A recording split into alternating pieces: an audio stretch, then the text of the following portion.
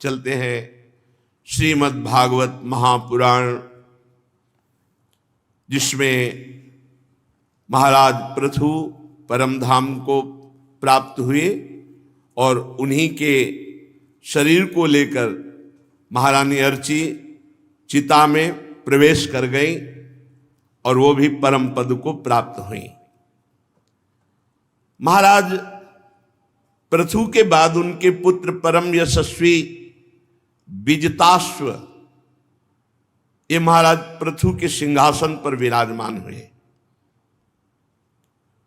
अपने भाइयों से बड़ा प्रेम था, ये 5 भाई थे, तो आप तो महाराज पृथु के सिंहासन पर विराजमान हुए और अपने 4 भाइयों को 4 दिशाओं का राजा बना दिया। हरियक्ष को पूर्व दिशा का, ध्रुमकेश को दक्षिण दिशा का, वृक को पश्चिम का, द्रविण को उत्तर दिशा का। इनमें अंतर्धान होने की शक्ति थी, इसलिए इनका एक नाम अंतर्धान भी हुआ। इनकी पत्नी का नाम शिखंडिनी था। उनसे 3 पुत्र हुए जो साक्षात अग्नि थे। भगवान वशिष्ठ जी के शाप से अग्नि, पावक, पवमान और शुचि इनके पुत्र रूप में प्रकट हुए और ये बाल्यावस्था से ही योग में युक्त होकर अपने अग्नि स्वरूप को प्राप्त हो गए। अंतर्धान महाराज विजिताश्व की नभस्वती नाम की पत्नी से हविर्धान नाम का एक पुत्र हुआ। ये बड़े उदार और बड़े भागवतिक स्वभाव के। इन्होंने विचार किया दंड लेना, प्रजा से जुर्माना, कठोर व्यवहार करना, शासन करना, ये सब मायाकृत है। इसलिए दीर्घकालीन यज्ञ में दीक्षित होकर के निरंतर भगवान के भजन में राजकाज सब छोड़ दिया। जिसे भगवान से थोड़ा भी लगाव होता उसे संसार प्रिय नहीं लगता। ये झूठा माया का खेल नाटक दिखाई देता है, ये नाटक उसे अच्छा नहीं लगता। यज्ञ कार्य में लगे रहना और भगवान की आराधना, निरंतर भगवान के सुमिरन में मगन रहना। हविर्धान की पत्नी हविर्धानी से बरिहसद, गय, शुक्ल, कृष्ण, सत्य, जितव्रत नाम के 6 पुत्र हुए।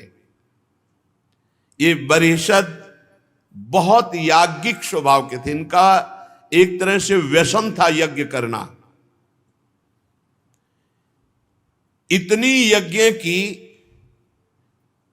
कि पूरे भारत में कोई जगह ही नहीं बची जहां यज्ञ न की हो। कुशों से पाट दिया। अग्रभाग की ओर फैलाए हुए कुशों से पूरी भूमि नप गई, इतनी यज्ञ की। इनका नाम पड़ा प्राचीन बर्हि। बरिहसद को ही प्राचीन बर्हि कहते हैं। प्राचीन बर्हि जी ने ब्रह्मा जी के कहने से समुद्र की कन्या सतद्रुति से विवाह किया। ये सर्वांग सुंदरी थी, इतनी सुंदर थी कि जब ये भावने देने के लिए आई तो अग्नि प्रज्वलित की जाती तो अग्नि देवता मोहित हो गए और प्रगट में जैसे जैसे भावरे घूमती वैसे दर्शन करते, इतनी सुंदर थी। सतद्रुति के गर्भ से प्राचीन बर्हि के प्रचेता नाम के 10 पुत्र प्रकट हुए। ये बड़े महाभागवत हुए। ये 10 का नाम एक ही रखा गया, प्रचेता। और 10 एक ही स्वभाव, एक ही आचरण वाले थे। इनको पिता ने आदेश किया कि संतान उत्पन्न करना है, पर उसके पहले तपस्या के द्वारा ब्रह्मबोध प्राप्त करना है। पहले भगवत प्राप्ति, फिर संतान उत्पन्न करना। यहां पूरा जीवन व्यतीत हो जाता है, भगवत प्राप्ति का लक्ष्य ही नहीं बन पाता। पिता ने क्या आदेश किया कि तुम्हें संतान उत्पन्न करना अर्थात गृहस्थी में जाना है, पर पहले जाओ तपस्या करो और भगवत प्राप्त हो, फिर संतान। 10,000 वर्ष तक उन्होंने तपस्या की भगवान श्री हरि की। जब ये तपस्या के लिए जा रहे थे तो देवाधिदेव महादेव भगवान शंकर का दर्शन और उपदेश प्राप्त हुआ। तो विदुर जी ने पूछा, ब्रह्मन, देवाधिदेव महादेव भगवान शंकर का दर्शन तो बड़ा दुर्लभ है, ये जा रहे थे तपस्या के लिए, तो इनको रास्ते में कैसे दर्शन दे दिया? और भगवान शिव ने उपदेश किया वो तो बड़ा गूढ़ होगा। भगवान शंकर आत्मा राम है, कैसे उनका दर्शन हुआ प्रचेताओं को, और क्या उपदेश, ये मैं सुनना चाहता हूं। श्री मैत्रेय जी कहते हैं, विदुर जी, जब पिता ने आज्ञा करी 10 प्रचेतागण कि जाओ पहले तपस्या के द्वारा भगवान की प्राप्ति करो, तो पिता को प्रणाम किया और तपस्या के लिए पश्चिम की ओर चल दिए। जब कोई भगवान श्री हरि की प्राप्ति के लिए चलता है तो महादेव जी उस पर दृष्टि रखते हैं, ध्यान रखना। बहुत कृपालु भगवान शिव हैं, परम वैष्णवाचार्य हैं, और बिना भगवान शंकर की कृपा के श्री हरि का प्रेम प्राप्त नहीं होता। किसी न किसी जन्म में, अगर इस जन्म में आपने शंकर आराधना नहीं की और हरि के भक्त हो, तो किसी न किसी जन्म में शिव आराधना बनी है। ये तपस्या के लिए जा रहे थे तो रास्ते में देखा एक विशाल सरोवर, बड़ा निर्मल और बड़े रंग बिरंगे जलजीव, मत्स्य आदि, नील कमल, लाल कमल, रात दिन में सायंकाल में खिलने वाले कमल, इंदिवर, बहुत सुंदर सरोवर। और उसके तट पर हंस, सारस, चकवा, कारंडो, जल पक्षी चहक रहे, झूम झूम कर लताएं जल को स्पर्श कर रही, बड़ी मधुर ध्वनि। वायु कमल कोश से पराग की खुशबू लेकर घ्राणेन्द्री को मदोन्मत्त कर रही। और आश्चर्य की बात यह कि सरोवर के जल से मृदंग, पणों आदि अनेक वाद्य बज रहे और राग रागिनियां प्रकट हो रही हैं। प्रचेता गणों को बड़ा आश्चर्य हुआ कि ऐसा सरोवर तो आज तक हमने नहीं देखा, जहां से राग रागिनियां और पणों मृदंग आज बज रहे थे। उस ध्वनि की तरफ लक्ष्य किया तो देखा देवादिदेव भगवान शंकर अपने अनुचरों के सहित सरोवर से बाहर आ रहे हैं। तप्त हे मनिकायाभाम शितिकंठम त्रिलोचनम प्रसाद सुमुखम वीक्ष प्रणेमुर्जात कौतुकाः शतान प्रपन्नार्तिहरो भगवान धर्मवत्सलः धर्म ज्ञान शील संपन्नान प्रीतः प्रीतानुवाच। प्रचेता गणों ने देखा भगवान शंकर का गौरवर्ण शरीर, स्वर्ण कांति प्रकाशित हो रही, गौर में भी स्वर्ण कांति। तप्त हेम निकायाभम, श्री जी के श्रीअंग की कांति को जब महाप्रभु वर्णन करते हैं तो कह रहे कि 7 कुंभ तनु गोरी। तप्त हेम निकायाभम, भगवान शिव के श्रीअंग की आभा कैसी, एकदम गोरे और स्वर्णिम आभा प्रकट हो रही है, सुवर्ण राशि के समान कांति। तप्त हेम निकायाभम शितिकंठम त्रिलोचनम, जो समुद्र मंथन के समय विष निकला था उसे कंठ में, तो नीलकंठ, त्रिलोचनम, तीन नेत्र, प्रसाद सुमुखम वीक्ष प्रणयमुर्जात कौतुकाः, अपने भक्तों पर कृपा वर्षा कर रहे हैं, ऐसा स्वरूप। बड़ा आश्चर्य हुआ प्रचेताओं को भगवान शंकर का सहसा दर्शन पाकर। दसों ने साष्टांग दंडवत की। शरणागत भयहारी देवादिदेव महादेव भगवान शंकर प्रसन्न मुद्रा में उन राजकुमारों से प्रसन्न होकर बोले, तुम लोग राजा प्राचीन बर्ह के पुत्र हो, तुम्हारा कल्याण हो। जो भगवान श्री हरि की आराधना करना चाहता है या करने के लिए चलता है, मैं उसकी एक एक वृत्ति को देखता हूं। तुम जो कुछ भी करना चाहते हो मुझे पहले से पता है, और इस समय तुम लोगों पर कृपा करने के लिए मैंने तुम्हें अपने दर्शन दिए हैं। जो व्यक्ति भगवान श्री कृष्ण की शरण लेता है वो मुझे प्राण प्यारा है। ओहो, यूयम वेदि सदा पुत्रा विदितम वश्च कीर्षितम अनुग्रहाय भद्रम वा एवं मे दर्शनम कृतम। यह परम रंग सा साक्षात त्रिगुणाजीव संगीतात भगवंतम वासुदेवम प्रपन्नः स प्रियो हि मे। जो भगवान वासुदेव श्री कृष्ण की शरण लेता है वो मुझे प्राण प्रिय है, महादेव जी कहते हैं। और इसका उल्टा बोल दे, जो भगवान महादेव जी का प्राण प्रिय हो जाता है उसे भगवान श्री कृष्ण के चरणों की विशुद्ध भक्ति प्राप्त हो जाती है। जा पर कृपा न करही पुरारी, सो न पाव मुनि भगति हमारी। शिवद्रोही मम दास कहावा, सो नर मोहि सपने हूं नहीं भावा।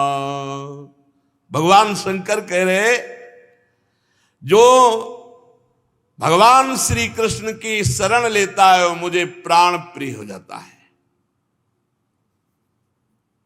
ध्यान से सुनो, भगवान श्री कह रहे, स्वधर्म निष्ठा सत जन्म भी पुमान, विरिंचतामेति ततः परम हिमाम, अव्याकृतम भागवतोथ वैष्णवम, पदम यथाहम विबुधा कलात्यये। जो 100 जन्म तक अपने वर्णाश्रम धर्म का भली भांति पालन करता है, 100 जन्म तक धर्म का भली भांति पालन करता है, वो ब्रह्मा का साक्षात्कार करने की योग्यता रखता है। और उससे भी अधिक जो तपस्वी भजनानंदी है वो मुझे प्राप्त करता है। परंतु जो भगवान श्री कृष्ण का शरणागत है वो इसी जन्म में सीधे परम पद को प्राप्त होगा, जिसको ब्रह्मा भी नमस्कार करते हैं।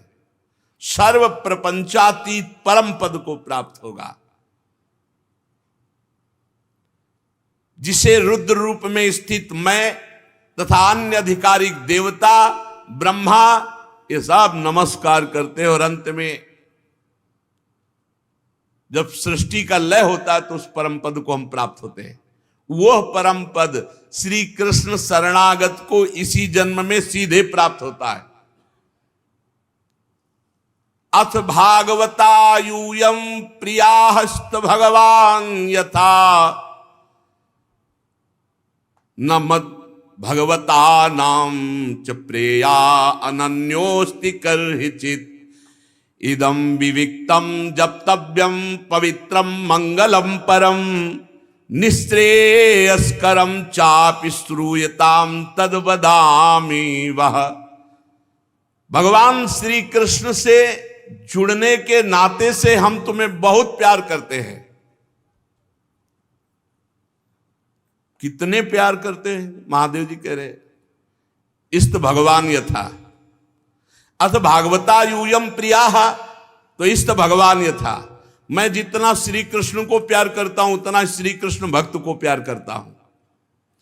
तुम भगवद भक्त हो, इस नाते से भगवान के समान मुझे प्यारे हो। महादेव जी कह रहे हैं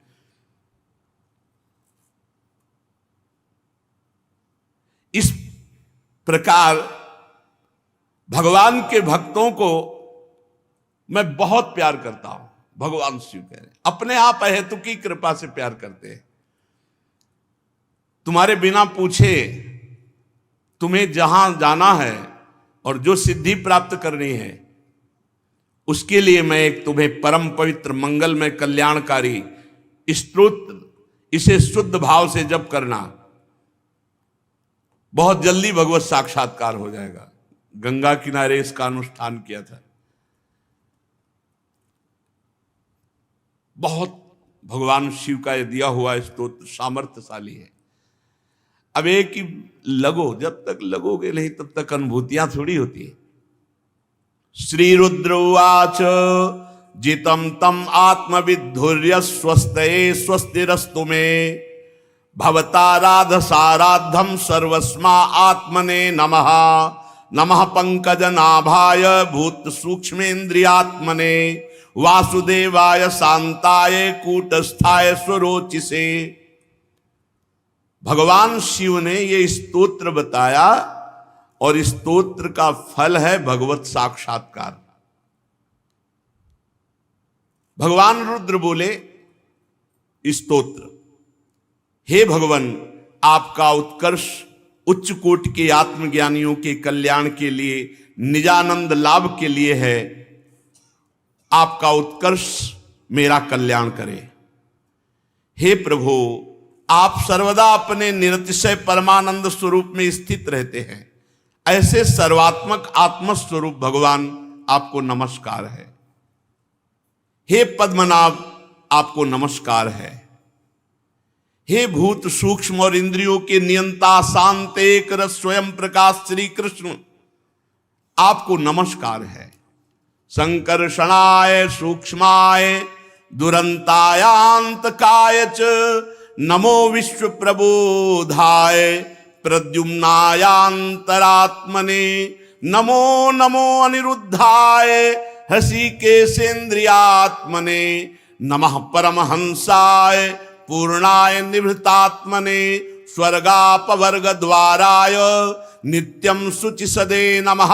नमो हिरण्यवीर्याय चातुर्होत्राय तंतवे नम ऊर्ज इसे त्रय्या पतये यज्ञ रेतसे तृप्तिदाय च जीवानाम नमः सर्वरसात्मने। हे प्रभु, आप सबसे सूक्ष्म हैं, अणुअणियान, छोटे से छोटे। सबसे छोटे कौन? बोले भगवान। और सबसे बड़े कौन? बोले भगवान। अणुअणियान महतो महियान। तो बीच में कौन? बोले श्री भगवान। आप ही सूक्ष्म हैं, आप ही अनंत है और आपके द्वारा ही संपूर्ण लोकों का संहार होता है। ध्यान से सुनो तो अज्ञान खत्म हो जाएगा। सूक्ष्म से सूक्ष्म, छोटे से छोटे भगवान, बड़े से बड़े श्री भगवान, और आप ही संसार का संहार करते हैं। और इस संसार का संहार करने वाले अहंकार, संकर्षण, उद्गम बुद्धि के अधिष्ठाता प्रद्युम्न, आपको नमस्कार। इंद्रियों के स्वामी, मनस्तत्व के अधिष्ठाता भगवान अनिरुद्ध, आपको बार बार नमस्कार। आप अपने तेज से जगत को व्याप्त करने वाले सूर्यदेव हैं, आपको नमस्कार। सीधे भगवान हैं सूर्यदेव, सीधे भगवान के दर्शन होते हैं। कहां ज्ञान है? पूर्ण होने के कारण आप में ना वृद्धि है ना क्षय है, ना आप में बढ़ना है ना विनाश है। ये लीला है। आपको नमस्कार है। आप स्वर्ग और मोक्ष के द्वार हैं, जो निरंतर पवित्र हृदय से आपका चिंतन करते हैं, जो चाहे प्राप्त हो जाए, स्वर्ग मोक्ष प्रेम, आपको नमस्कार है। आप ही सुवर्ण रूप वीर से युक्त चातुर्होत्र कर्म के साधन विस्तार करने वाले भगवान अग्निदेव हैं। हे अग्निदेव स्वरूप श्री कृष्ण, आपको नमस्कार। आप ही पितर और देवताओं के पोषक सोम हैं चंद्रदेव, आपको नमस्कार। तीनों वेदों के अधिष्ठाता वेद स्वरूप, आपको नमस्कार। समस्त प्राणियों को तृप्त करने वाले जल स्वरूप, आपको नमस्कार।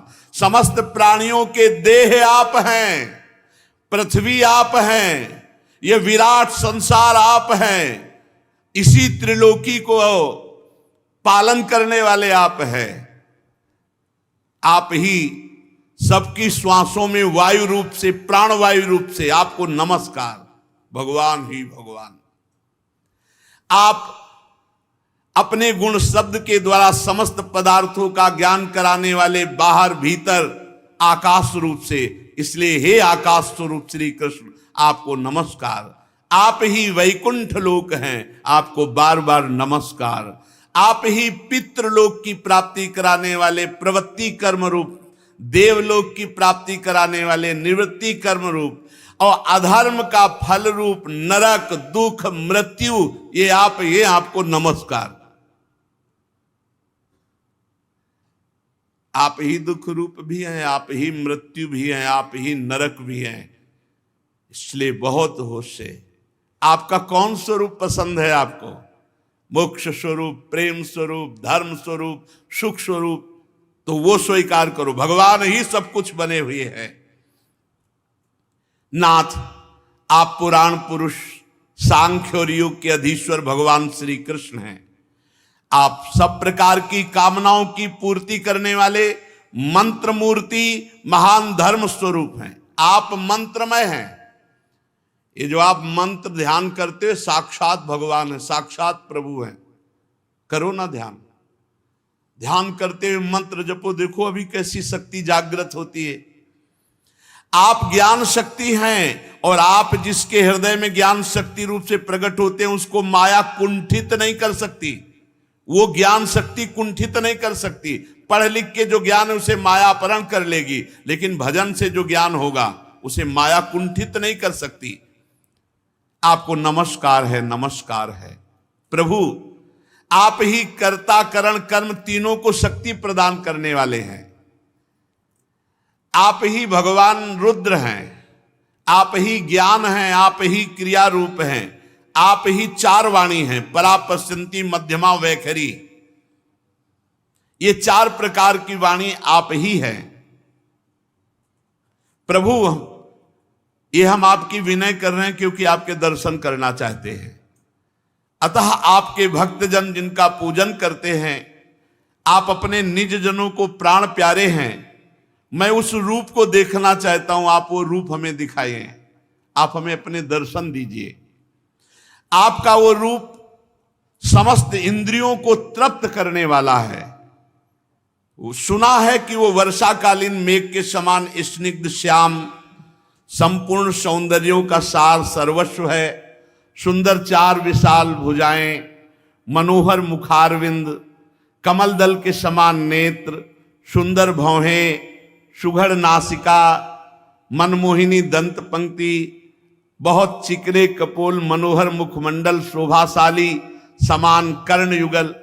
प्रभु, तिरछी चितवन, श्याम वर्ण घुंघराली अलके, कमल कुसुम के केसर के समान फहराता हुआ पीतांबर, झिलमिलाते हुए कुंडल, चमचमाते हुए मुकुट, कंकण, हार, नूपुर, मेखला, बनवाला, कौस्तुभ मणि, अपूर्व शोभा। ऐसा सुना है आपका रूप, और वो मैं देखना चाहता हूं। हे भक्तों के भय का अपहरण करने वाले, हे जगत गुरु, अज्ञानव्रत प्राणियों को अपनी प्राप्ति का मार्ग बताने वाले, आप हमारा भाव स्वीकार करें और हमें साक्षात दर्शन दें। प्रभु, जो अपनी चित्त की शुद्धि की अभिलाषा करने वाले पुरुष हैं, उनको चाहिए कि आपके इसी रूप का ध्यान करें, इसी रूप का आश्रय लें, इसी रूप की भक्ति करें, अर्थात श्री कृष्ण श्री हरि रूप। बहुत जल्दी चित्त शुद्ध हो जाएगा और प्रभु आप अभय करने वाले उसको अपना दर्शन देंगे। भूल मत करना, आप जैसा सोचोगे वैसे ही आपको अनुभव होगा। ये यथा माम प्रपद्यन्ते तास तथैव भजाम्यहम्। और शास्त्र कहता है जब आप भक्ति करोगे, देखो थोड़ा भाव से देखना, आप जितनी भक्ति करते हो क्या आपके भाव देश में वैसे भगवान दिखाई देते हैं? हम जो पूछ रहे हैं उसको आप समझ रहे हैं? आप देखो, आंख बंद करो या आंख खोल करके आप जितनी सामर्थ्य रखते हैं भाव की, आपको वैसे प्रभु झलकते नजर आते हैं कि नहीं? आते हैं कि नहीं? आप देख लो, पता नहीं, देख लो आप। अगर विषय चिंतन बहुत होता है तो फिर ये नहीं आएगा जो हम कह रहे हैं। अगर बहुत गाढ़ चिंतन करते हो तो आपके सामने अभी दिखाई देंगे। यत् किंचित, जैसा आप भाव करते हैं वैसे ऐसे ही सामने प्रकट हो जाते हैं। जब गाढ़ चिंतन प्रभु का होता है, संसार शरीर का चिंतन भूलने लगते हैं, वैसे ही भगवान छाने लगते हैं। भगवान का ये रूप अभय कर देने वाला है, सदा सदा के लिए मन चोर रूप है, ये मन को चुरा लेते हैं। प्रभु बड़े बड़े देवताओं के लिए भी दुर्लभ है आपकी भक्ति, आपका भजन। देवता नहीं कर सकते, ये मानव देह से ही हो सकता है। सत्पुरुषों के लिए भी दुर्लभ अनन्य भक्ति से भगवान को प्रसन्न करके, जिनकी प्रसन्नता किसी अन्य साधन से नहीं अनन्य भक्ति से होती है। ऐसा कौन होगा जो भगवान का प्रेम छोड़कर उससे विषय मांगे? अनन्य भक्ति के बदले में प्रेम छोड़ करके और कोई विषय मांगे, कितना दुर्भाग्य होगा जो भगवान से विषय मांगे। प्रभु, ये त्रिभुवन के विषय तो जिस समय आपकी भ्रकुटी टेढ़ी होती उसी समय काल संहार कर डालता है। आपके चरणों की शरण में गए हुए प्राणी पर काल का अधिकार नहीं होता। समुझ जाए शरण ते डरत ना काल डर। प्रभु, आपके प्रेमी भक्तों का यदि आधे क्षण के लिए समागम हो जाए, क्षणार्धे ना पितुलये ना स्वर्गम ना पुनर्भवम भगवत संग संगस्य मरता नाम किमुताशिषा। यदि आपके प्रेमी जनों का आधे क्षण के लिए भी समागम हो जाए तो उसके सामने मैं स्वर्ग और मोक्ष को कुछ नहीं समझता, फिर मृत्यु लोक के तुच्छ भोगों की तो बात ही क्या है। प्रभु, जो आपके चरणों का भरोसा रखते हैं उनके सारे पाप आप नष्ट कर देते हैं। सर्वधर्मान परित्यज्य मामेकम शरणम ब्रज, ये बहुत मीठी बात है। अहम त्वाम सर्व पापेभ्यो मोक्षयिष्यामि मा शुचा। जो आपके केवल चरणों का भरोसा रखते हैं, यहां भरोसे की बात कही, सारे पाप राशि के राशि नष्ट हो जाते हैं। प्रभु, जो आपके चरणामृत का और आपके कथामृत का, चरणामृत और कथामृत, इनका जो पान करते रहते हैं, वो राग द्वेष रहित चित्त सरलता पूर्वक सतोगुण रजोगुण तमोगुण पर विजय प्राप्त करके वो आपकी प्राप्ति कर लेते हैं। आपका चरणामृत और आपका कथामृत, खूब लीला कथा सुनना और चरणामृत भगवान का पान करना। जिन साधक का चित्त भक्ति योग से अनुग्रहित एवं विशुद्ध होकर ये भगवत प्राप्त होने की स्थिति का वर्णन है इसमें।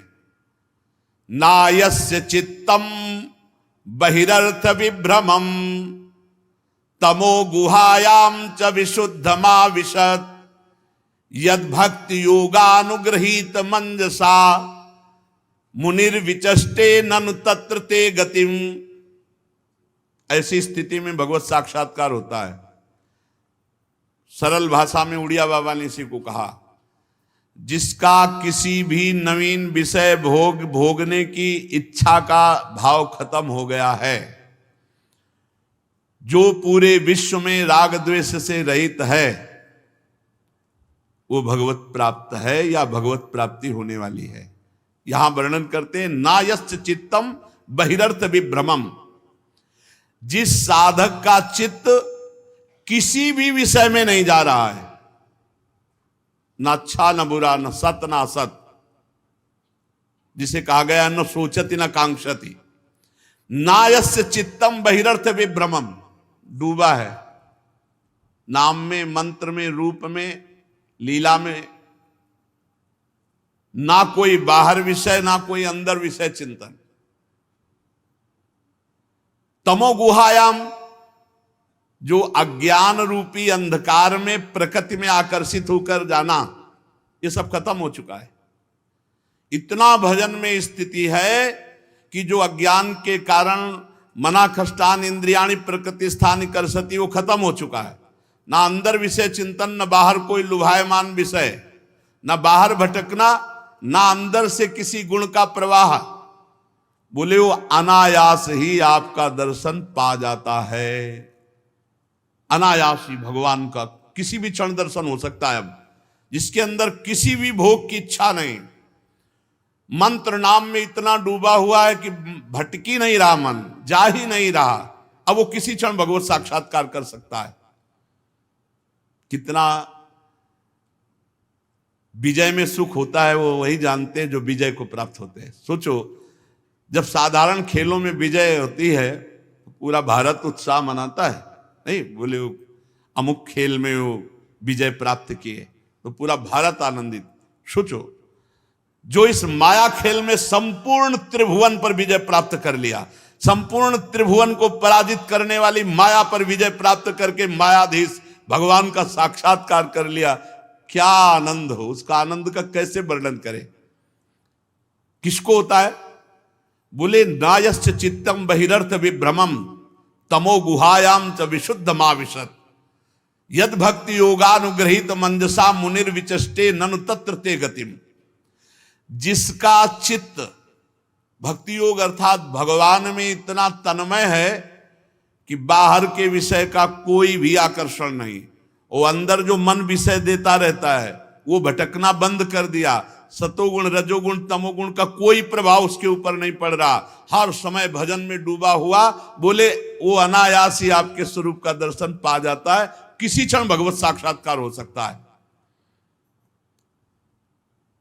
भगवान आपकी माया अनेक रूप धारण करती है, कोई ये नहीं कह सकता कि ये माया है, ऐसी प्रवीण है वो।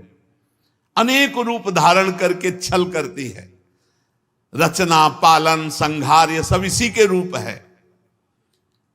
परंतु आप में कोई विकार माया पैदा कर दे जैसे संभव नहीं, ऐसे उस भक्त में माया विकार पैदा कर दे संभव नहीं जो आप में चित्त जोड़े हुए है। माया जो आपसे विमुख लोग हैं उनमें भेद बुद्धि पैदा करती है, जो आपके सन्मुख भक्त जन है उनमें नहीं। जैसे आप परमात्मा पर माया कोई प्रभाव नहीं डाल सकती, ऐसे जिनका चित्त हर समय प्रभु में जुड़ा है उस पर माया कोई प्रभाव नहीं डाल सकती। जैसे आप परम स्वतंत्र हैं वैसे ही वो भी भक्त परम स्वतंत्र हो जाता है। जो आपका पूजन करते हैं, आपकी उपासना करते हैं, आपका नाम जप करते हैं, आपकी शरण में हैं, उन्होंने ही वेद और शास्त्रों का सच्चा ज्ञान प्राप्त किया है। वही कोविदा हैं, वही सच्चे शास्त्र के ज्ञानी हैं जो आपका पूजन करते हैं। बस इसी को पकड़ लो, भगवत सेवा करना। हम तुम्हें कैसे बताएं, ठाकुर जी जरूर विराजमान कर लो सेवा में, ये पकड़ लेते हैं, ये खेलने लगते हैं, ये चित्त चुराते हैं। मतलब शब्द हमारे पास नहीं है, हम इस बात से अनविज्ञ थे। हम तो इतना ही जानते थे, अपनी इंद्रिय और मन को अधीन करके अपने स्वरूप में स्थित हो जाना। ये तो वृंदावन की लीला कहते ना, वृंदावन की लीला मत समझो गुरु को चीरा, यहाँ ऋषि मुनि गए हार जपे जा राधे राधे। अरे गजब की ठाकुर की लीलाएं हैं, गजब की आश्चर्यमयी लीलाएं हैं। हम ये कहते, सबसे प्रार्थना करते हैं कि जरूर चाहे छोटे ही श्री विग्रह युगल सरकार के जरूर विराजमान करो, जरूर उनको श्रृंगारित करो, जरूर उनको दुलार करो। अगर ऐसे 4 पत्ते की टहनी भी लेकर ऐसे उनको श्रृंगारित कर दोगे ना, वो रीझ जाएंगे। बहुत रिझवार ठाकुर, सेवा जरूर कर। देखो यहां जो पुरुष शीघ्र सिद्धि प्राप्त करना चाहता है, सिद्धि का तात्पर्य तो भगवत प्राप्ति, वह भगवान के श्रीअंग का पूजन, सेवा, नाम जप, भगवान की शरण। तो वेदे च तंत्रे च त एव कोविदाः, बोले शास्त्र में, तंत्र शास्त्र में, वेद में जो रहस्य है वो सच्चा ज्ञानी है, वो जान गया यही रहस्य है। भगवान का पूजन करना, भगवान की आराधना करना, नाम जप करना, उनको पद सुनाना, उनको दुलार करना। अरे पूछो मत, बस शब्द नहीं है। हम इतना कहते हैं कि सेवा जरूर करो, जरूर सेवा करो, जरूर सेवा करो। छोटी सी सेवा को बहुत करके मानते हैं और फिर ये चित्त में सवार हो जाते हैं।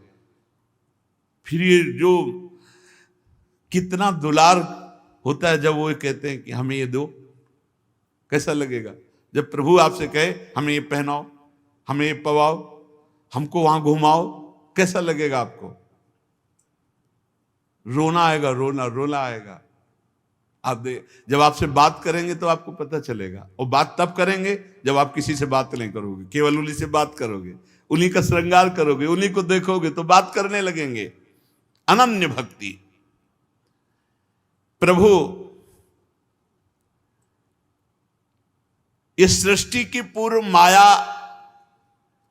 आपकी ही शक्ति से सोई रहती है, आपकी ही शक्ति से जगती है, और आपकी शक्ति से ही सब कुछ रच देती है। ये आपकी शक्ति है। प्रभु आप अपनी माया को स्वीकार करके ही जरायु, जंडक, स्वेदज, उद्भिद, 4 प्रकार के 84 लाख योनियों के रूप में आप ही प्रकट होते हैं। खुला लिखा हुआ है, हमारे दिखाई नहीं दे रहा, वही है। प्रभु इन शरीर और इंद्रियों में रहकर तुच्छ विषय को जो भोगता है, वो अंश या पुरुष जो जीव कहलाता है, वो आप ही है। बस यही समझना है, यही समझना है। भूल गए हम। प्रभु को दोष देने के लिए बहुत जन आते हैं, भगवान ने ऐसा क्यों किया, भगवान ने ऐसा क्यों रचा। अरे बावरे, तू कौन है? देख तू कौन है। जब देखेगा तो सारे प्रश्न समाप्त हो जाएंगे। ब्रह्मभूता प्रसन्नात्मा न सोचति न कांक्षति। प्रभु जैसे वायु अपने असहनीय प्रचंड झोंकों से मेघों को तितर बितर करके नष्ट कर डालती है, ऐसे ही माया का प्रबल वेग मोहग्रस्त करके जीव को प्रमादवश दौड़ाए है। ये कार्य करना, ये करना, ये कर लिया, ये करूंगा, ऐसा हो जाएगा। प्रचंड झोंका माया का चैन नहीं लेने देता। और जब भगवान की कृपा हो जाती है, माया हटती, तो गोस्वामी जी कह रहे, जाकी कृपा लवलेश ते मतिमंद तुलसीदास पायो परम विश्राम। काम मिट गया, कामना मिट गई, वासना मिट गई, कितनी अपार शांति। जब तक आपका भजन नहीं, तब तक लोभ और विषय भोगने की लालसा ये मिट नहीं सकती। लोभ भोगने का, वस्तुओं का संग्रह करने का, रुपया पैसा, मान प्रतिष्ठा, नाम कीर्ति, विषयों की लालसा और लोभ ये मिट नहीं सकता। और वो पूरा जीवन विषयी पुरुष इसी में व्यतीत करता है, और आप काल रूप से उसको नष्ट कर देते हैं, वो जान नहीं पाता। जो आपकी अवहेलना करते हैं वो अपनी आयु को व्यर्थ नष्ट करते हैं। ए नाम जप न छूटे, नाम पकड़ लो, नहीं तो पूरा जीवन व्यर्थ चला जाएगा। प्रभु ये काल आपका अंश है, किसी को नहीं बख्शता। हमारे पिता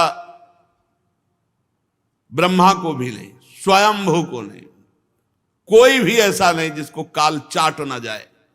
एक बात है बस, श्रद्धा से जितना जीवन अब बचा है, नाम जप, भगवत कथा सुनो, भगवत सेवा करो।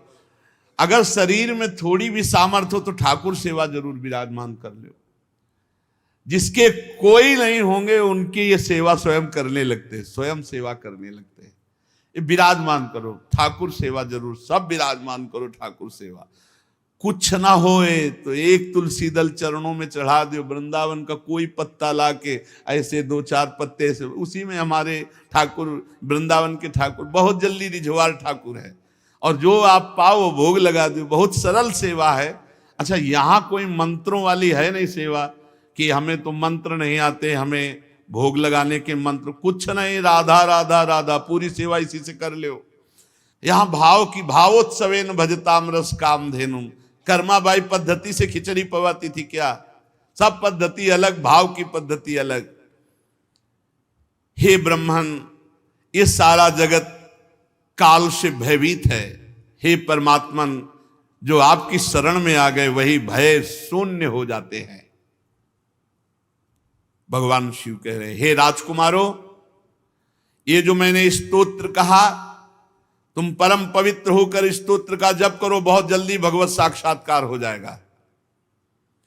बार बार जब श्री हरि को पुकारा जाता है, उनका चिंतन किया जाता है, उनकी सेवा की जाती है, तो हरि विवश होकर आ जाते हैं, विवश होकर आ जाते हैं। मैंने तुम्हें ये योगादेश नाम का स्तोत्र सुनाया, इसे तुम मनन करना, मुनिव्रत आचरण करते हुए एकाग्रता पूर्वक, आदर पूर्वक इस स्तोत्र का गायन करना। ये महामहिम स्तोत्र है। ये पूर्व काल में जगत विस्तार के इच्छुक प्रजापतियों के पति भगवान ब्रह्मा जी ने प्रजा उत्पन्न करने की इच्छा वाले हम भृगु आदि अपने पुत्रों को सुनाया था। फिर इसका विस्तार होते हुए आगे बढ़ा। ये हमने गुरु कृपा से इसका अनुष्ठान किया, गंगा किनारे अनुष्ठान किया, बड़े दिव्य अनुभव। बहुत गंगा के किनारे बहुत आनंद आता था, क्योंकि किसी से मिलना जुलना नहीं था। वह रात दिन वो तो जैसे आश्रमों में रुकते थे तो ग्रंथ होते थे, अगर भ्रमण में चल दिए तो भी कोई ग्रंथ पास नहीं होता, फिर तो मंत्राकार वृत्ति। देवी जी की जब जिस समय, क्योंकि शैव उपासना उस समय, तो दुर्गा सप्तशती का जब अनुष्ठान, तो ये सब दिव्य है, दिव्य। अब अपने लोग समय खान पान व्यर्थ नष्ट कर रहे हैं। अगर अनुष्ठानों में लगे तो भी दिव्यता, तुम्हें जैसी जैसी योग्यता बढ़ती जाएगी वैसे वैसे आपको दर्शन होने लगेंगे। संत महापुरुषों के दर्शन, दैवी शक्तियों के दर्शन, भगवत दर्शन, ये सब होने लगेंगे। भगवान की आराधना बहुत कठिन है, क्योंकि मन लगता नहीं है। परंतु जो इस स्तोत्र का पाठ करेगा, सुनेगा, तो सुगमता पूर्वक उसका मन भगवान की आराधना में लगने लगेगा। भगवान शिव कह रहे हैं, मेरे द्वारा गाए हुए इस स्तोत्र का जो गान करेगा, श्रवण करेगा, वो जो चाहे प्राप्त कर ले इस स्तोत्र के गायन श्रवण से। जो पुरुष उषा काल, प्रातः काल उठकर श्रद्धा पूर्वक हाथ जोड़कर गाता है या सुनता है, वो इस स्तोत्र के प्रभाव से कर्म बंधन से मुक्त होकर भगवान को प्राप्त करता है। हे राजकुमारों, मैंने तुम्हें परम पुरुष परमात्मा का स्तोत्र सुनाया। एकाग्र चित्त से तुम तपस्या करो, तप पूर्वक इस स्तोत्र का गायन करो। भगवान शंकर प्रचेताओं को उपदेश अभी दिए और तत्काल अंतर्धान हो गए। ना वो सरोवर, ना वो कोई पशु वहां पक्षी, ना कोई संगीत, न राग, कुछ नहीं, सब खत्म। वो भगवान शिव ने प्रकट किया था। प्रणाम किए उस दिशा को और समुद्र में जाकर के भगवान रुद्र के बताए हुए इस स्तोत्र का 10,000 वर्ष तक जप करते रहे। कलयुग भगवान की जय। 10,000 100 वर्ष की आयु अपने अगर पूरी आयु, और उसमें बच्चापन तो ऐसे ही चला गया, सोने वाला समय ऐसे ही चला गया। 10,000 वर्ष तक न सोना, ना कोई खाना, ना पीना, समुद्र के जल में खड़े होकर, तब हरि की जय हो कलयुग की। हम तो कहते जय हो कलयुग की, जो बहुत जल्दी भगवत प्राप्ति कराता है। 10,000 वर्ष तक तपस्या में, और इधर उनके पिता जो प्राचीन बर्री थे, वो यज्ञ में जब कोई किसी भी तरह से भगवत आराधना करता है तो उसको पूर्ण करने के लिए महापुरुषों का सानिध्य मिलता है। आत्मविद्या विशारद परम कृपालु नारद जी ने देखा कि ये तो केवल यज्ञ स्वाहा स्वाहा, तो उनका राजन इतनी यज्ञ कर डाली कि कोई भारत में भूमि ही नहीं बकाया रह गई। क्या फल चाहते हो? दुख के आत्यंतिक नाश और परमानंद की प्राप्ति कर्मों से नहीं मिलती। राजा ने कहा, प्राचीन बर्री जिनके पुत्र अभी तपस्या में 10,000 वर्ष तक, ये यज्ञ में, उनका मेरी बुद्धि तो कर्म में ऐसी फंस गई है कि मुझे लगता है इसके सिवा और मैं कुछ कर नहीं सकता, यज्ञ के सिवा। और आप कहते कर्मों से दुख के आत्यंतिक नाश और परमानंद की प्राप्ति नहीं होती, तो कैसे होती परमानंद की प्राप्ति? क्योंकि हम तो गृहस्थ में पुत्र, स्त्री, धन, यज्ञ आदि करके यही परम पुरुषार्थ मानते हैं। देवर्षि नारद जी के चरण पकड़ करके प्राचीन बर्ही ने कहा, मेरा परम कल्याण कैसे हो, आप उपदेश कीजिए। देवर्षि नारद ने कहा, उपदेश तो बात के पहले आकाश में देखो। देखो, तुमने इन जो यज्ञों में बलि दी है, वो सब आकाश में तुम्हारा इंतजार कर रहे हैं, और जे भी तुम्हारा शरीर छूटा, ये सब तुम्हारी दुर्गति के कारण बने। ये सब तुम्हें भयानक पीड़ा देंगे। ये मत समझो कि तुम्हें भगवान की प्राप्ति हो जाएगी। जो तुमने इन जीवों को कष्ट दिया है, ये सब लोहे के सींगों से युक्त तुम्हें छेद छेद कर मारेंगे। ये तुम्हें बहुत कष्ट देंगे। सुनो, यहां जो भी कर्म किया जाता है उसका दंड मिलता है, फल मिलता है। तुमने इन जीवों को मारा, शिकार में जीवों को मारा, ये सब तुम्हें मारेंगे। आकाश में देखो। सुनो, मैं एक तुम्हें चरित्र सुनाता हूं, जिस चरित्र का नाम है पुरंजनोपाख्यान, पुरंजन चरित्र। सावधान होकर सुनो। पूर्व काल में एक पुरंजन नाम का बड़ा यशस्वी राजा था, और उसका अविज्ञात नामक एक मित्र था। अविज्ञात जिसका पता नहीं है। पुरंजन, ये देखो पुर है, और इस पुर में जो आनंद मनाने लगा उसे पुरंजन कहते हैं। पुरंजन हुआ जीव, और अविज्ञात सखा, हमारे अविज्ञात सखा है भगवान। बहुत सुंदर उपाख्यान है अगर समझ में आ जाए, पर जब तक पवित्र बुद्धि नहीं होगी तब तक। पुरंजन नाम का एक बड़ा यशस्वी राजा था, और उसका अविज्ञात नामक एक सखा था। सबके सखा भगवान है, पुकार के देख लो। अगर आप केवल भगवान को अपना मित्र मानते हैं तो आपको उत्तर मिलने लगेंगे, क्योंकि अविज्ञात सखा अपनी अहेतुकी कृपा से सबसे प्रेम करते हैं। सम्मम प्रिय सम्मम उपजाए। अविज्ञात नामक सखा की चेष्टाओं को कोई समझ नहीं सकता था। वो ऐसा मित्र था, सहयोग करता है पर कोई जान नहीं पाता कि भगवान मेरा सहयोग कर गए, किस रूप में आकर के आपका सहयोग करेंगे। अब राजन, वो जो पुरंजन नाम का राजा था, वो घूम रहा था, क्योंकि उसे भोगों की लालसा थी। भोग भोगने के लिए उसने जितने नगर देखे उनमें से कोई पसंद नहीं आया। 83,99,999 नगर देखे, लेकिन कोई पसंद नहीं आया। एक दिन उसने हिमालय के दक्षिण तटवर्ती शिखरों पर कर्म भूमि भारत खंड में 9 द्वारों का एक महल देखा, नगर देखा। सब प्रकार से सुलक्षण संपन्न नगर था, 9 द्वारों का। कितने द्वार है इसमें? 9। ये पसंद आया पुरंजन को, जीव को ये शरीर पसंद आया। बड़ा सुंदर, अब वो तो रूपक में वर्णन कर रहे हैं, बड़ा सुंदर नगर। ऐसा लग रहा था उसको कि अभी तक जितनी मेहनत की उसका मुझे फल मिल गया, खोज करने का फल मिल गया। जिधर देखो उधर आकर्षण ही आकर्षण। अब पुरंजन ने सोचा, बहुत सुंदर महल, बहुत सुंदर हमें विश्राम स्थल मिल गया, स्वीकार कर लिया। लेकिन जो ही उसमें प्रवेश किया तो एक सुंदरी आती दिखाई दी, और वो अकस्मात उधर से आ रही थी, और उस सुंदरी के साथ 10 सेवक थे,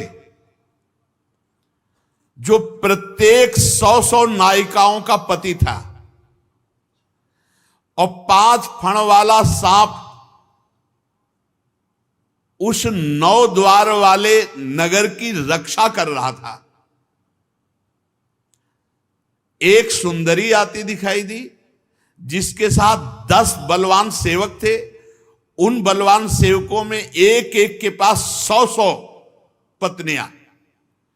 5 फण वाला सर्प उस नगर की रक्षा करता था। वह सुंदरी नव युवती मानो विवाह के लिए श्रेष्ठ पुरुष को खोज रही थी। बड़ी ही सुंदर, मानो कोई देवी हो साक्षात। नासिका, दंत पंक्ति, कपोल, मुख सब सुंदर, और किशोरावस्था लज्जावश अपने अंचलों को ढकते हुए आगे बढ़ रही थी। 5 फण वाला सर्प रक्षा कर रहा था। 10 महान सेवक उसके साथ थे। अब वो जे ही प्रेम पूर्ण तिरछी चितवन से पुरंजन को देखा तो पुरंजन घायल हो गया। नारी नयन सर जाहि न लागा। चाहे जितना वीर हो, मुस्कुरा के तिरछी चितवन तो सीधे हृदय पे प्रहार होता, बोल भी ना पावे। पुरंजन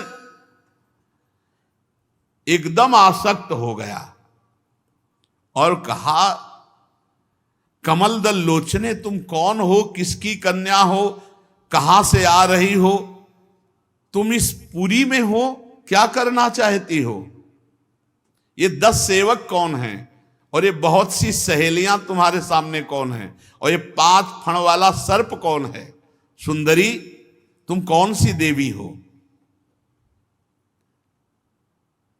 कमला हो तो तुम्हारा क्रीड़ा कमल कहां गया? लज्जा देवी हो, कौन देवी हो? नहीं, तुम कोई देवी तो हो नहीं, क्योंकि तुम्हारे चरण पृथ्वी का स्पर्श करते हो। देवियों के चरण पृथ्वी का स्पर्श नहीं करते। यदि तुम मानवी हो तो मैं तुम्हें देखकर आसक्त हो गया हूं। मैं बहुत वीर हूं, पराक्रमी हूं, पर तुम्हारे कटाक्ष ने मेरे मन को बेकाबू कर दिया है। इसलिए क्या तुम मुझ पर अपनी कृपा करोगी? शुचिस्मते, मैं तुम्हारे दर्शन से बिक चुका हूं। नारद जी कहते हैं, वीरवर जब राजा पुरंजन ने अधीर होकर, दैन्य होकर याचना की, ये कामदेव ऐसा विचित्र धनुर्धर है कि कोई कितना भी बलवान हो, जब ये बाण संधान कर देता है तो घुटने के बल हो जाता है। वो पैर छुएगा, हाथ जोड़ेगा, विनय करेगा, जैसा चाहे वैसा। अधीनता। पुरंजन अधीन हो गया उस नवयुवती को देखकर। उस नवयुवती ने कहा, नरश्रेष्ठ, मुझे पता नहीं कि मैं कौन हूं। बहुत सुंदर उपाख्यान है। मुझे पता नहीं उत्पन्न करने वाला कौन है। मैं ना अपने को जानती हूं ना दूसरे को जानती हूं। मेरा गोत्र क्या है, कुल क्या है, नाम क्या है, मैं कौन हूं, कहां उत्पन्न हूं, मुझे कुछ पता नहीं। बस इतना देख रही हूं कि मैं इस पुरी में सामने तुम हो। यह भी मुझे पता नहीं कि पुरी किसने बनाई। प्रियवर, ये मेरे सखा और मेरी सहेलियां हैं और ये सर्प इस पुरी की रक्षा करता है। आप यहां पधारो, आपका मंगल हो और मैं आपको विषय भोगों की इच्छा पूर्ति करती रहूंगी। अपने साथियों के साथ जो भोग कहोगे वो भोग प्रस्तुत करती रहूंगी। अब वो पुरंजन 9 द्वार वाली इस नगरी में बहुत आनंदित हो गया। पुरंजनी ने कहा कि मैं अनन्य हूं, आपको छोड़कर किसी के साथ मैं रमण नहीं करूंगी और मैं बहुत प्रवीण हूं, हर भोग को परोसूंगी आपके पास, जो चाहोगे। अब क्या था, पुरंजन वैसे ही पहली दृष्टि में आसक्त हो गया था, अब तो और आसक्त हो गया। संसार त्यागी यतिजन जिस महासुख को प्राप्त होते हैं, उस सुख को भुलाने वाली पुरंजनी के चक्कर में पड़ के राजा पुरंजन अपना अस्तित्व ही समर्पित कर दिए। पुरंजनी ने कहा कि वीरवर, लोक में मेरी जैसी स्त्री जिसको प्राप्त हो जाए फिर उसे कोई ठुकरा सके ऐसा कोई पुरुष नहीं। और आप जैसा पुरुष मिल जाए मैं ठुकरा दूं ऐसा हो नहीं सकता। अब उन दोनों ने बात पक्की कर ली और 100 वर्ष तक उस 9 द्वार की पुरी में रहकर आनंद भोगना प्रारंभ किया, विषय आनंद। उस नगर में जो 9 द्वार थे उनमें 7 नगरी के ऊपर थे। नगरी के ऊपर 1 2 3 4 5 6 7 और 2 नीचे के द्वार। जब जब इस नगरी का जो राजा हुआ तो इन्हीं द्वारों से आया और इन्हीं द्वारों से निकला। 5 पूर्व की ओर, 1 2 3 4 5, एक दक्षिण की ओर, एक उत्तर की ओर, 2 नीचे पश्चिम की ओर द्वार। पूर्व की ओर पहला द्वार है खद्योता। आविर्मुखी नाम के 2 द्वार एक जगह। राजा पुरंजन अपने मित्र द्युमान के साथ विभ्राजित नगर देश को जाता है, अभी तो कथानक रूप में। नलिनी नालिनी नाम के 2 द्वार, ये अवधूत सौरभ के साथ। और पूर्व दिशा की ओर मुख्या नाम का 5वां द्वार उनसे होकर रसज्ञ विपण के साथ बहुधन आपण देश को जाता है। पुरंजन इन्हीं द्वारों में, जो पश्चिम दिशा की ओर आसुरी नामक द्वार है वो दुर्मत के साथ ग्रामक देश को जाता है। नैऋत्य नाम का जो दूसरा पश्चिम द्वार है वो लुब्धक के साथ वैशस नामक देश को जाता है। पुरंजन इन्हीं द्वारों में घूमता रहा।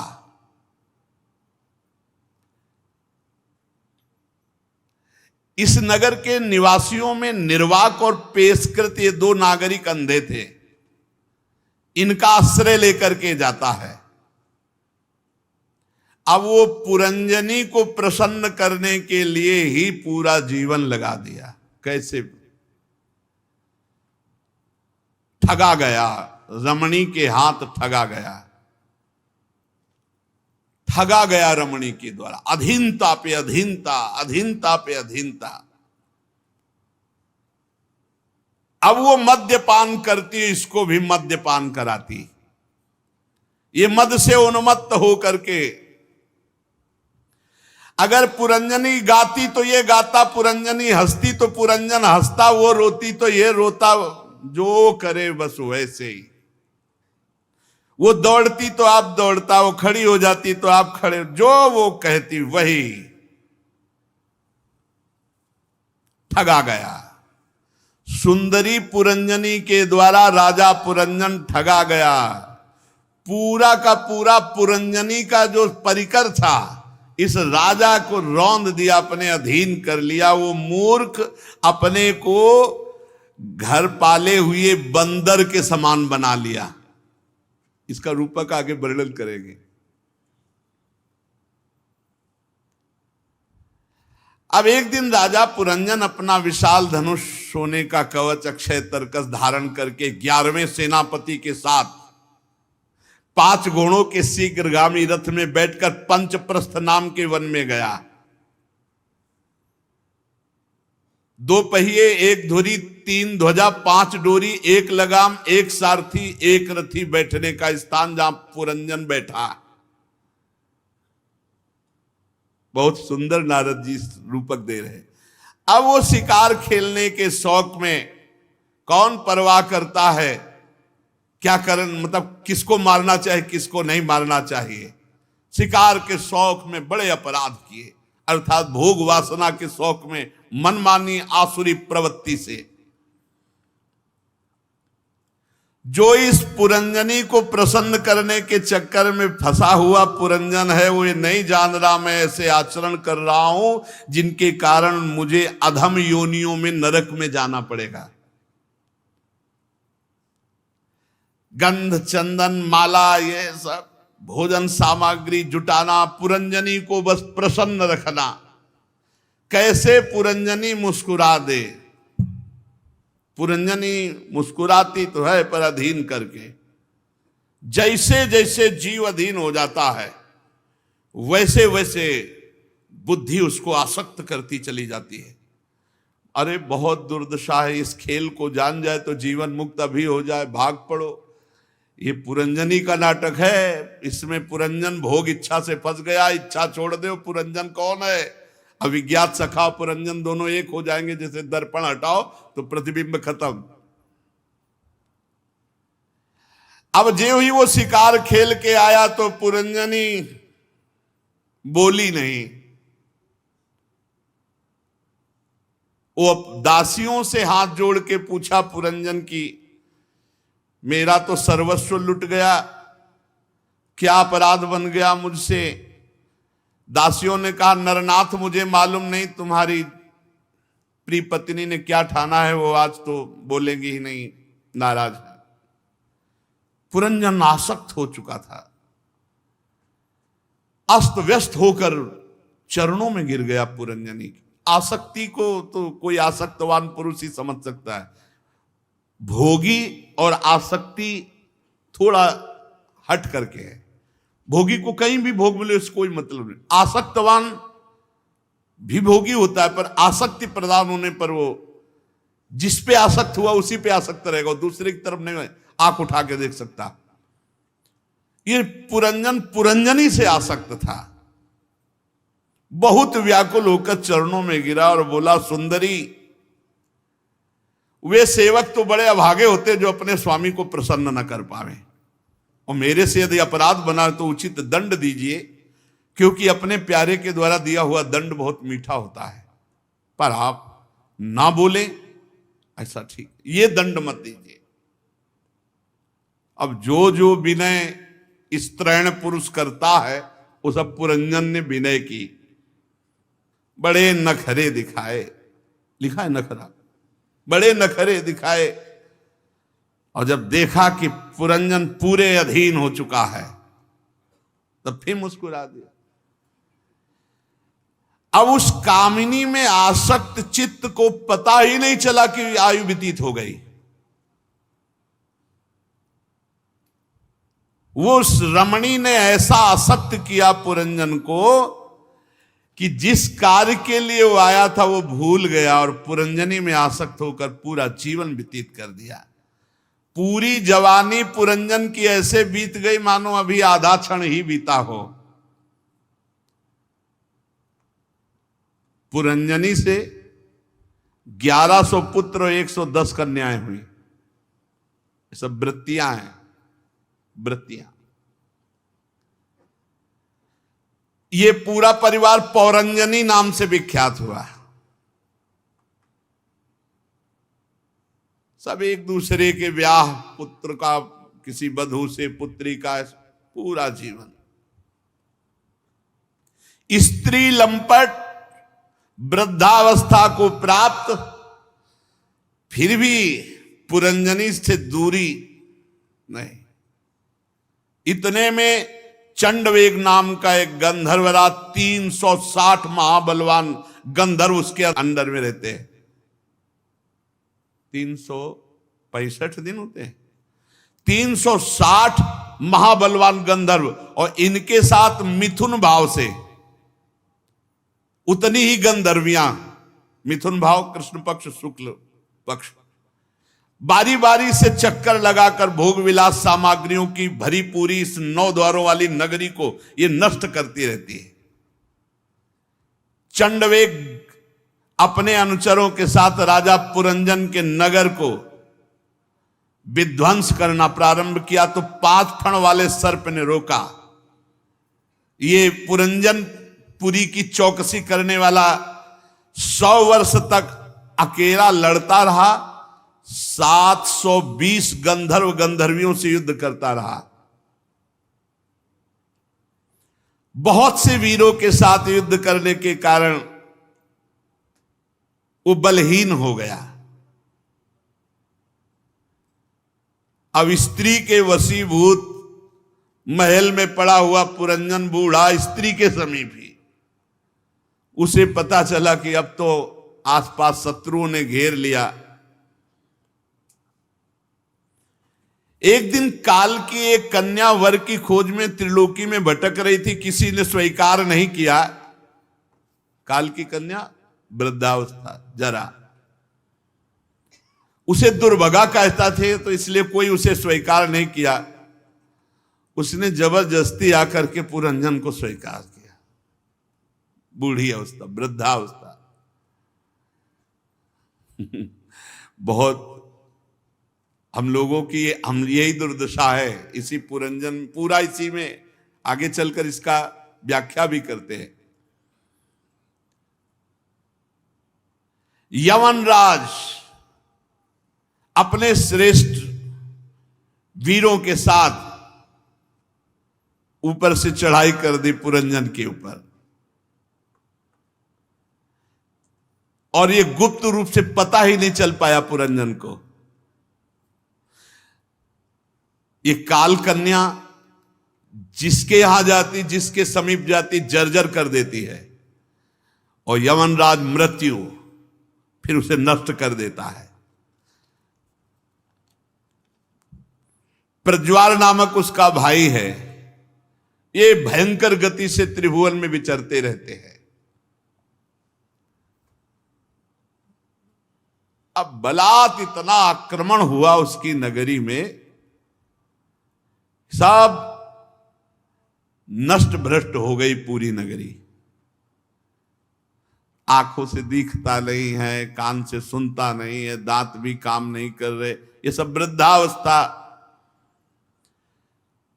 यमनों ने बलात् उसका ऐश्वर्य लूट लिया। अब जब पुरंजन ने देखा कि सब कुछ नष्ट भ्रष्ट हो गया तो पुरंजनी का आलिंगन किए हुए पड़ा है। अब भी अगर छोड़ दे तो बच जाए, पर वो भोगों की लालसा अब भी है। वो अपनी स्त्री में अब भी वैसे ही आसक्त है जैसे पहले दिन मिला था वैसे से। अब जब बिछुड़ने का समय आया,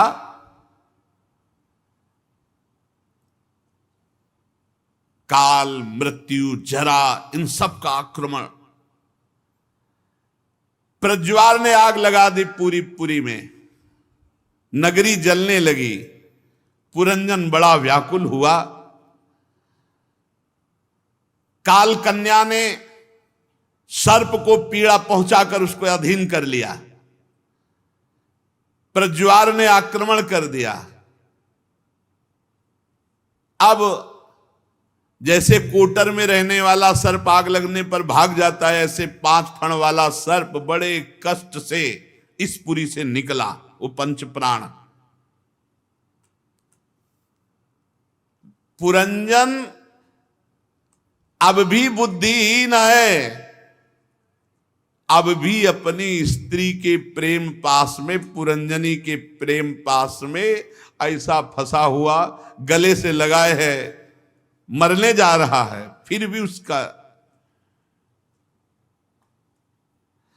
वो बस यही सोच रहा है, इतनी सुंदर भार्या मेरी, इतना समर्पण, इतना प्रेम, इसी का चिंतन। ज्ञान दृष्टि बिल्कुल नष्ट हो चुकी है। अज्ञानवश इतना शोकाकुल होकर के अपनी पुरंजनी का चिंतन किया कि ये उसी में तन्मय हो गया। अब अज्ञानवश इस स्थिति में उसने अपने अविज्ञात सखा का स्मरण नहीं किया, नहीं वो बचा सकता था। अब निर्दयी यमनराज ने इसको बलपूर्वक मार डाला। बलपूर्वक मार डाले, जबरदस्ती प्राणों को खींचकर बाद। अब अंतिम समय वो अपनी पुरंजनी को देख रहा है। इसीलिए गोस्वामी जी ने मांगा है, कामी नारी प्यारी जिम लोभी जिम प्रिय दाम तिम रघुनाथ निरंतर प्रिय लागो मुहे। बहुत सुंदर स्थिति, अगर वही इधर आ जाए तो बहुत सुंदर स्थिति। स्त्री की आसक्ति में दुर्गति हो गई उसकी। अब वो अपनी पुरंजनी के गले लगा, उसी का चिंतन करते हुए, तो अगला जन्म उसको विदर्भराज के यहां सुंदरी राजकुमारी के रूप में, विदर्भराज पुरंजन से पुरंजनी की आसक्ति के कारण राजकुमारी बना। स्त्री चिंतन तो स्त्री बना। फिर जब वो सयानी हुई, पुरंजन राजकुमारी रूप, तो विदर्भ नंदनी विवाह योग की हुई। तो फिर विदर्भराज ने घोषित कर दिया कि सर्वश्रेष्ठ पराक्रमी वीर इससे ब्याह करेगा। तो मलय ध्वज ने सब राजाओं को जीतकर उस राजकुमारी से विवाह किया। फिर उससे 7 पुत्र उत्पन्न किए। 7 पुत्र कौन है? पुरंजन राजकुमारी बना। बड़ा अब जब मलय ध्वज अवस्था आगे बढ़ी तो वो तो भजनानंदी थे, वो भगवान श्री कृष्ण के भजन के लिए मलय पर्वत पर। तो वो राजकुमारी जो रानी थी, पुरंजन जो बना था, वो पीछे पीछे उनके, महाराज मैं आपके, वो आसक्त चित्त पुरुष में। ये ऐसे चल रहा चक्र, और किसी की कथा नहीं, हमारी तुम्हारी कथा है ये। अभी जब आगे चल के बताएंगे कौन है पुरंजनी। यही बुद्धि, यही बुद्धि, जो बुद्धि कहे वही वही दुर्गति कराती चली जा रही। अब वो बड़े तपस्या पूर्वक भजन करके मलय ध्वज ने अपने शरीर को छोड़ दिया। अब ये शरीर को पकड़े रो रहे, हा मेरे प्रीतम, हा मेरे प्रीतम, आप मुझे छोड़कर चले गए।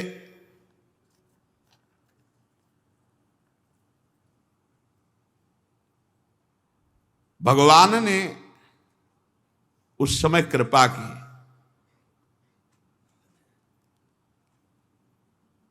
तू कौन है? किसकी पुत्री है? किसके लिए शोक कर रही है? ब्राह्मण के रूप में भगवान प्रश्न कर रहे हैं। ये सोया हुआ पुरुष कौन है? बता सकती हो? और मेरी तरफ देखो, मैं तुम्हारा अविज्ञात मित्र हूं। हम तुम एक साथ खेलते हैं, लेकिन तुम हमें भूल गए हो, हम तुम्हें नहीं भूले। सखा मेरी याद कर, मैं तुम्हारा अविज्ञात नामक सखा हूं। तू भोगों में भूल करके मेरा विस्मरण कर दिया, लेकिन मैंने तेरा विस्मरण नहीं किया। मैं आज भी तुझे याद कराने के लिए तेरे पीछे खड़ा हूं। देख तू, हम दोनों हंस हैं, यही बात है। शास्त्रों वर्ष हम दोनों एक ही होकर रहे हैं, बड़ा गूढ़ वचन है। किंतु मित्र, तुम विषय भोगों की इच्छा से हमें भूलकर इस लोक में रमण करने लगे। तुमने घूमते घूमते एक स्त्री में आसक्त हो गए। 5 बगीचे, 9 दरवाजे, 1 द्वारपाल, 3 परकोटे, 6 वैश्यकुल, 5 बाजार, 5 उपादान कारणों से बना हुआ उसकी स्वामिनी एक स्त्री, और इस स्त्री के चक्कर में तुम मारा गया। स्त्री बुद्धि। इंद्रियों के 5 विषय, शब्द, स्पर्श, रूप, रस, गंध, ये बगीचा है। और ये 9 द्वार इस नगरी के। तेज, जल, अन्न, ये परकोटे। मन और 5 ज्ञानेन्द्रियां, 6 वैश्यकुल, और क्रिया शक्ति, ये कर्मेंद्री बाजार। 5 महाभूत, कभी न क्षीण होने वाले उपादान कारण। और बुद्धि ही पुरंजनी है। इसी में फंस गया, बुद्धि में। बुद्धि से हटना है, इस बुद्धि से साक्षी भाव रखना है, इसका निर्णय नहीं मानना। दृष्टा भाव नहीं जब तक आएगा तब तक बुद्धि में आसक्त है। जो कहेगी वही। अभी बुद्धि है, ठान ले मन के साथ कि ये करना है तो तुम्हें घुटने टेकना पड़ेगा, वही करवा देती है जो चाहेगी। ये है हम पुरंजन। पुरंजन जीव आसक्त हो गया बुद्धि पर। आगे बढ़िया निर्णय है। ए मित्र, तू स्त्री लई है, देख तू स्त्री लई है। खड़ा हो, अब अपने पति का सौ पकड़ कर रो रही बिदर। तू पहले पुरंजन था, पुरंजनी के चक्कर में अब तू स्त्री बना। कितनी बार तेरी ये दुर्दशा हो चुकी। तू स्त्री नहीं, खड़ा हो जा और देख अपने स्वरूप को। मैं तेरा सखा हूं। जिनके संग से तेरी दुर्दशा हुई उसके लिए तू रो रहा है। आपने स्वरूप में, यही गुरु हैं, यही अविज्ञात सखा गुरु। आपने स्वरूप में कहां भूल गया? न तू स्त्री न पुरुष। अरे देख, न तू विदर्भ राज की पुत्री, न मलयध्वज तेरा पति है। तू सावधान। पिछले जन्म में तू पुरंजन था, पुरंजनी के चक्कर में पड़ा। इस जन्म में तू राजकुमारी हुआ, मलयध्वज के चक्कर में पड़ा। अरे तू उठ, मेरा सखा है, कहां फंस गया? पहले जन्म में तू पुरुष समझता था, इस जन्म में अपने को स्त्री मानता है। देख देख, मेरी तरफ देख। देख, मेरा और तेरा स्वरूप एक है। मैं हंस हूं। अब वो जो रो रही थी, हापति हापति, अब तो सावधान हुई और प्रभु की तरफ देखा। प्रभु ने कहा, बहुत सुंदर, अहम भवान न चान्यस्त्वम त्वमेवाहम विचक्षुभो। देख देख तू मेरी तरफ, मेरे और तेरे में कोई भेद नहीं। जो तेरा स्वरूप मेरा स्वरूप, मैं और तू एक है। अहम भवान न चान्यस्त्वम, तू अन्य नहीं है, मैं ही तू है, तू ही मैं है। विचार कर, विचार कर, तू वही है जो मैं हूं, जो मैं हूं वही तू है। देख, तेरे मेरे में थोड़ा भी अंतर नहीं। एक पुरुष अपने शरीर की परछाई को शीशे में, किसी व्यक्ति के नेत्र में अलग अलग देखता है, पर वो केवल शीशे और नेत्रों में ऐसे दिखाई देती, वो एक ही होता है। इसलिए मैं आत्म तत्व हूं, वही तू है। मेरे में तेरे में भेद नहीं। जो तू जीव है वो मैं ईश्वर हुई हूं, जो मैं ईश्वर हूं वही भूल करके इस नौ द्वार की देही में फंस गया। तू जाग, ए हंस तू जाग, ए मान सरोवर हंस तू जाग। भगवान जिसे जगाए वो जग न पावे भला, ऐसा कैसे। तत्काल जो राजकुमारी रानी बनी हुई रो रहे थे ना पुरंजन, तत्काल उसे आत्मज्ञान हुआ और वो भगवत स्वरूप हो गया। तत्काल सब राग मोह नष्ट हुआ, भगवत स्वरूप अर्थात अविज्ञात सखा में लीन हो गया। प्राचीन बर्ही, तुम वही पुरंजन हो जिसका मैंने कथा सुनाई, परोक्ष रूप से वर्णन किया, उसका स्पष्ट रूप से वर्णन सुनो। पुरंजनोपाख्यान का तात्पर्य देवर्षि नारद जी आगे। सार बात है भैया, हम सब बुद्धि और मन के चक्कर में फंस गए और फंस करके बार बार जन्म मरण का चक्कर भोग रहे हैं। कुछ नहीं करना है, 1 मिनट में हिसाब हो गया। पूरन सदगुरुदेव मिल जाए और केवल इतना कि उठ तू और कोई, ये साधना केवल असाधनों के त्याग के लिए कुछ चले, बस जागना है। जैसे जगाया नहीं, उठ उठ, वो रो रहे हैं, ये क्रम चल, पुनरपि मरणम पुनरपि जननम पुनरपि, ये कब तक चलता है। ए जागो, कैसे जागे, जगे तो हैं अगर नाम जब चल रहा है। और सावधानी से देखो कि बुद्धि अगर हमको भोगों की तरफ ले जा रही है तो हमारी दुर्गति कराने वाली है। हम दृष्टा भाव से रहें, साक्षी भाव से रहें, इससे लड़ें, इसके अनुकूल न बन जाए, घुटने न टेक दें। और इतना जलाता है हृदय, ये अंतःकरण देखो ना, आप जब ना कर दो तो कितना जलाता है। जो आप भोग रहे हैं जो भी, उसको ना केवल करो आप, फिर इनका तांडव देखो। मन और जब बुद्धि खिलाफ हो जाए ना तुम्हारे, फिर देखो तुम बार बार समझे नहीं आता, करें तो क्या, तो समझ में क्या फिर आता, फिर घुटने टेकने पड़ते। हाँ बताओ, बोले हमको ये खाना है, लाते हैं अभी लाते हैं, ये दिखाओ, ये दिखा देते हैं। यही तो चल रहा है पूरा, इसी पुर के अंदर सारा खेल हो रहा है, देख लो ना, इसी पुर के अंदर सारा खेल हो रहा है। 5 फण वाला सर्प प्राण है, पुरंजनी बुद्धि है। जैसा बुद्धि निर्णय करे वैसे, बुद्धि कहे ये राक्षस, तो हम चाहे जितना बड़ा महात्मा हो, हमारी बुद्धि कह दी तो मान लिया। और है कौन, साक्षात परमात्मा का अंश है, परमात्मा स्वरूप है। और भगवान हमारे साथ हैं, हर समय साथ हैं भगवान। अविज्ञात सखा को बुलाया थोड़ी, विदर्भ राजकुमारी के रूप में जब हुआ, भगवान ने कहा गे लाश पकड़े उठ, देख हम तुम दोनों एक अंश हैं, न तो स्त्री है न कोई पुरुष है, परमात्मा स्वरूप है। भाई यही जानना है यार, यही जानकर व्यवहार करो। इसीलिए पहले गुरुकुल में शास्त्र पढ़ाए जाते थे, संयम नियम तपस्या आराधना भगवत साक्षात्कार, और फिर गृहस्थ माया में जाओ बाजार में। अब कोई तुम्हें नहीं पकड़ सकता। और यहाँ जन्म से माता पिता बालकें बुलावें, उधर भरे सोई जतन सिखावें, समाधान है भगवान की प्राप्ति। इसलिए खूब सत्संग ध्यान से सुनो और सावधान होकर ये जन्म अविज्ञात सखा भगवान की प्राप्ति के लिए खूब नाम जप करते हुए अपने कर्तव्य का पालन करो। शेष चर्चा आगे। श्री राधा वल्लभ लाल की।